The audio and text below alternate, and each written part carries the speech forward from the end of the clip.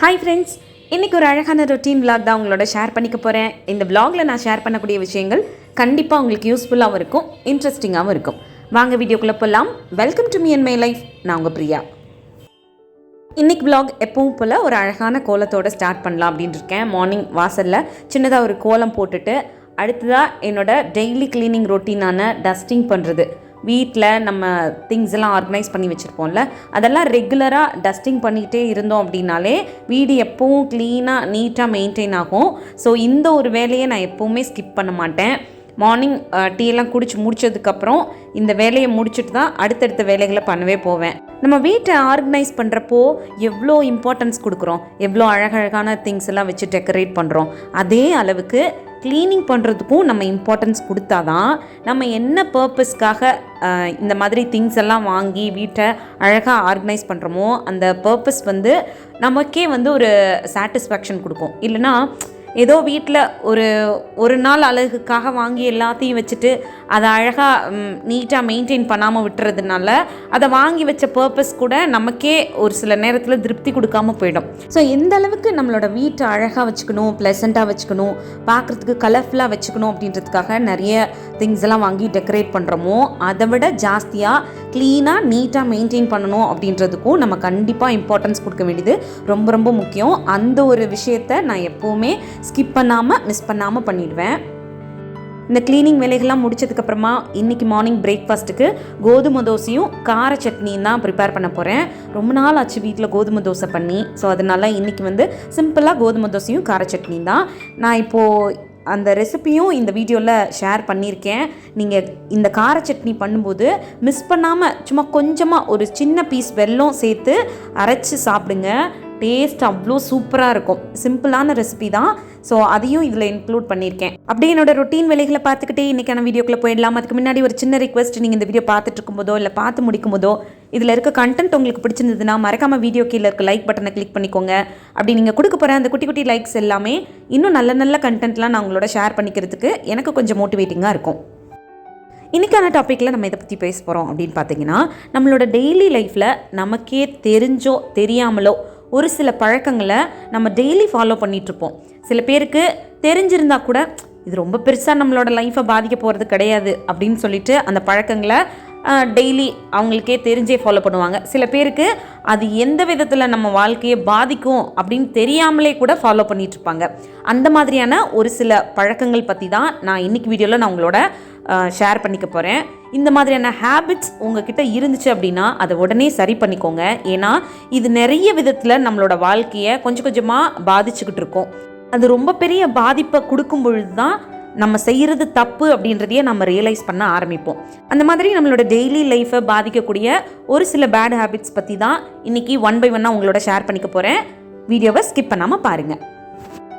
First habit, நம்மளோட மனசு நமக்கு இது சரி அப்படின்னு சொல்லக்கூடிய சில விஷயங்களை நம்ம கண்டுக்காமல் கேட்காமல் இருக்கிறது. அதாவது நம்மள நிறைய பேருக்கு இந்த பழக்கம் இருக்கும். ஒரு சில விஷயங்களை நம்ம செய்ய போகும்போது நம்ம மனசே நம்மக்கிட்ட சொல்லும், வேண்டாம், இது சரி இருக்காது, இது உன்னோட ஹெல்த்துக்கு நல்லதில்லை, இல்லை உன்னோட வாழ்க்கைக்கு நல்லதில்லை, இதை பண்ணாத அப்படின்னு. அதை மீறியும் நமக்கு என்ன தோணும்னா, பரவாயில்ல, இன்றைக்கி ஒரு நாள் தானே, இந்த ஒரு நாளில் ஒன்றும் ஆகிட போகிறதில்ல அப்படின்னு சொல்லிட்டு அது நமக்கு பாதிப்பை ஏற்படுத்தும் அப்படின்னு தெரிஞ்சால் கூட நம்மளை மீறி அந்த விஷயத்தை பண்ணுவோம். அந்த மாதிரியான விஷயங்களை எப்பவும் பண்ணக்கூடாது அப்படின்றதுல கொஞ்சம் கவனமாக இருங்க. ஒரு எக்ஸாம்பிளுக்கு சொல்கிறேன். இப்போது நம்மளோட ஹெல்த்தியே எடுத்துக்கலாம். நம்ம இனிமேல் ஜங்க் ஃபுட்டே எடுத்துக்கக்கூடாது அப்படின்று ரொம்ப கான்சியஸாக இருக்கோம். அப்போது வெளியில் இப்போ போகிறோம் ஃப்ரெண்ட்ஸோட, அவங்க எல்லாரும் அவங்களுக்கு பிடிச்ச மாதிரி ஏதோ ஒரு ஜங்க் ஃபுட் எடுத்துக்கிறாங்க. நம்மக்கிட்டேயும் சொல்கிறாங்க. ஃபஸ்ட்டு வேண்டாம் அப்படின்னு சொல்லுவோம். இல்லை, நான் இப்போலாம் அதை எடுத்துக்கிறது இல்லை, எனக்கு வேணான்னு நினைக்கிறேன். அது பரவாயில்ல, இன்றைக்கி ஒரு நாள் தானே, ஒரு நாள் சாப்பிட்றதுல ஒன்றும் கெட்டு போயிடாது அப்படின்னு சொல்லுவாங்க. அப்போது நம்ம மனசு நம்மக்கிட்ட சொல்லும், வேண்டாம், இப்போ தான் நீ ரெகுலரைஸ் பண்ண ஆரம்பிச்சிருக்க, ஒரு நல்ல ரொட்டீனுக்குள்ளே வர ஆரம்பிச்சிருக்க, இதை சாப்பிடாத, உடம்புக்கு ஒத்துக்காது அப்படின்னு சொல்லி. பட் அதையும் மீறி பரவாயில்ல அப்படின்னு சொல்லிட்டு நம்ம சாப்பிடுவோம். இதே மாதிரி ஒரு தடவை சாப்பிட்டு அதனால நம்ம ஹெல்த் அஃபெக்ட் ஆனதும் நம்ம மைண்ட்குள்ளே வந்துட்டு போனால் கூட நம்ம மனசு சொல்கிறதையும் மீறி அந்த விஷயத்தை பண்ணுவோம். அடுத்த நாள் அதுக்கான ஒரு எஃபெக்ட் ஏதாவது நடக்கும், இல்லை கொஞ்ச நேரத்துலேயே அதுக்கு ஒரு எஃபெக்ட் நடக்கும். இது ஏன் பண்ணுவானேன்னு அப்போ தான் நமக்கு தோணும். அதனால் உங்களோட உள் மனசு வந்து உங்ககிட்ட ஒரு விஷயத்த பண்ணாத, இது உன் லைஃப்க்கு நல்லது இல்லை அப்படின்னு சொல்லுச்சுன்னா அதுக்கு நீங்கள் ரெஸ்பெக்ட் பண்ணுங்கள். அது எந்த விஷயமா இருந்தாலும் சரி. நான் இப்போ சும்மா ஒரு எக்ஸாம்பிளுக்காக ஃபுட்டை பற்றி சொன்னேன். லைஃப்பில் எந்த ஒரு விஷயத்தை நீங்கள் பண்ணுறதுக்கு முன்னாடியும் உங்களோட ஆள் மனசு, உங்களோட உள்ளுணர்வு வந்து அது சரியில்லைன்னு சொல்லுச்சுன்னா அதுக்கு கொஞ்சம் கவனம் கொடுத்து அதை கொஞ்சம் ரெஸ்பெக்ட் பண்ணி அந்த விஷயத்தை பண்ணாமல் இருங்க.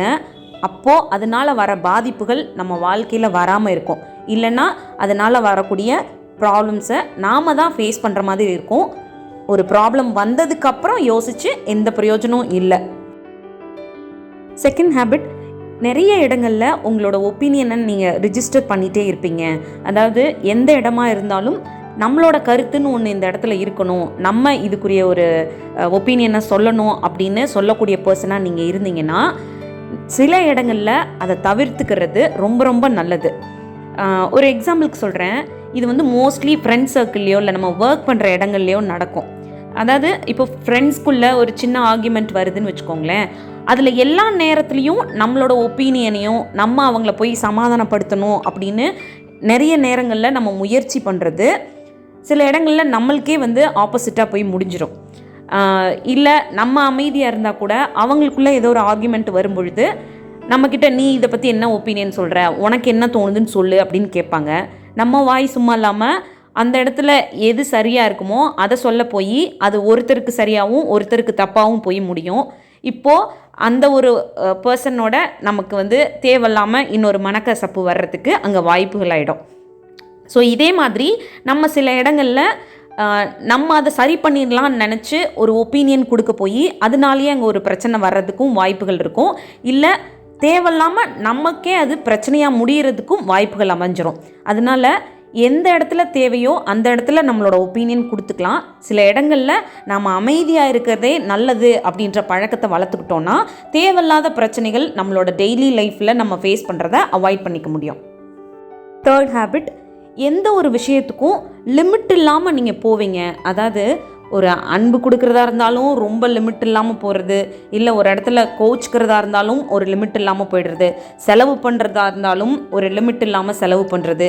இந்த மாதிரி வாழ்க்கையில் எல்லா விஷயங்கள்லையும் நீங்கள் ஒரு லிமிட்டே வச்சுக்காமல் அந்த விஷயத்தை பண்ணிகிட்டே இருக்கீங்க அப்படின்னா அதுவும் ஏதோ ஒரு இடத்துல உங்களுக்கு பாதிப்பை கொடுக்கும். ஸோ இந்த ஒரு பழக்கம் உங்ககிட்ட இருந்துச்சுன்னா அவாய்ட் பண்ணிக்கோங்க. இதுக்கு ஒரு நல்ல எக்ஸாம்பிள் சொல்லணுன்னா, நம்ம இப்போ சொன்ன மாதிரி செலவு பண்ணுறதையே எடுத்துக்கலாம். இந்த மாதம் ஒரு மந்த் எண்ட் ஆக போது இன்னொரு 10 days இருக்குது அப்படின்னு கூட வச்சுக்கலாம். அந்த டைமில் நம்ம வந்து ஒரு வெளியில் எங்கேயோ ஃப்ரெண்ட்ஸ் கூட போகிறதுக்கு ஒரு பிளான் பண்ணியிருப்போம். அப்படி வெளியில் போகும்பொழுது அந்த போகிற இடத்துல நம்மளுக்கான எக்ஸ்பென்சஸ் வந்து ஜாஸ்தி ஆகும் அப்படின்றது நமக்கு முன்னாடியே தெரியும்.